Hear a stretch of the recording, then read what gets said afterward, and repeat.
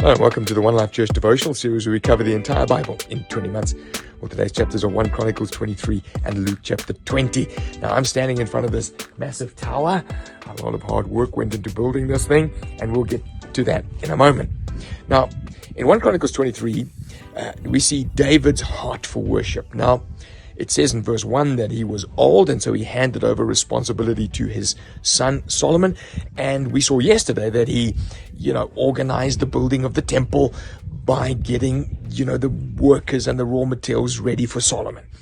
Today, what we see is that he gets the whole tribe of Levi ready for worship in this tabernacle. Now, the reason we are given is that the Levites no longer needed to carry the tabernacle around the desert. Remember, that was their job. They were like pack horses. They had to carry the poles and the curtains and all the articles of worship and set it up and take it down and set it up. But now they were living in a time of peace. They were established. They were settled in Israel. And so David gets them back to work. And so he makes 24,000 of them work in the temple. 6,000 he makes as officials and judges. 4,000 as gatekeepers. 4,000 of musical instruments. All the descendants of Aaron had to be involved in the sacrifices, the slaughtering of bulls, etc. He got those Levites working. Why? Because worship had to be at the center of the kingdom. 1/12 of the people were involved in this, in ensuring that the whole community of Israel was centered on worshiping God this way. And so it's fantastic. We see the heart of God in David for the temple, for worship, for prayer. And that is manifest in Jesus.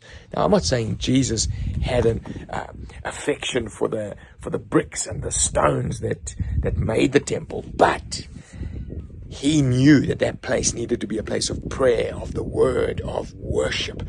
And so when he saw the money changes there, people turning it into a trade market, he turned the tables over.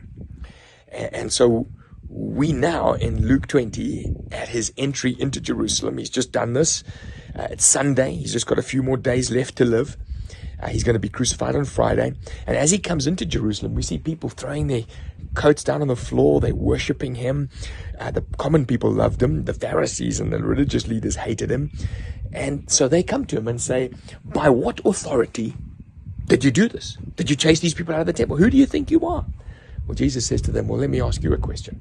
John's baptism, of God, not of God? You see, if they said of God, then he would have said, why didn't you listen to John? He's told you what authority I came in.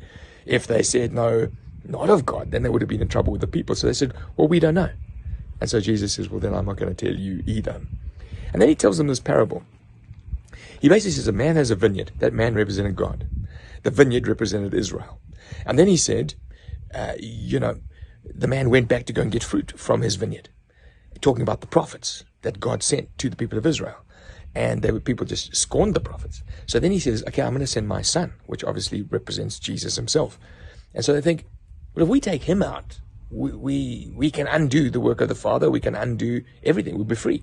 So they murder him, which Jesus is now prophesying is going to happen in the next few days. And then he says, well, what God will do then is that he will destroy them, which was ultimately going to happen 70 years later in AD 70.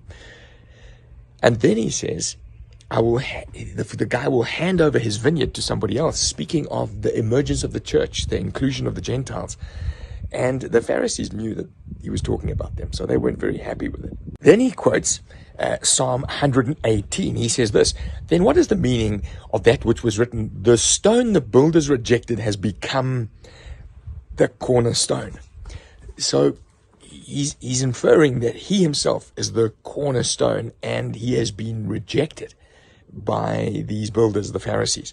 Now, this cornerstone here is not extremely important because in today's building we spread the load and we use little bricks. But in those days they would select the perfect stone, a massive stone, and the whole building would hinge on that. And he's basically saying that's who he is.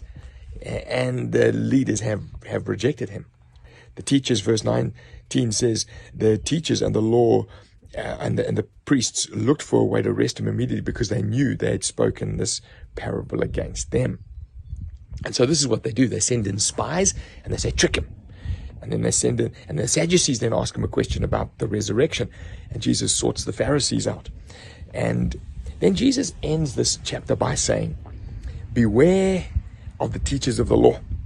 Their flowing robes, they love their flowing robes. They love to be greeted in the temple. They love the important seats. And yet they devour widows. What's Jesus doing? He's in his last few days before he gets crucified. He's saying to them, worship is important. He's saying that he himself is the cornerstone of that worship.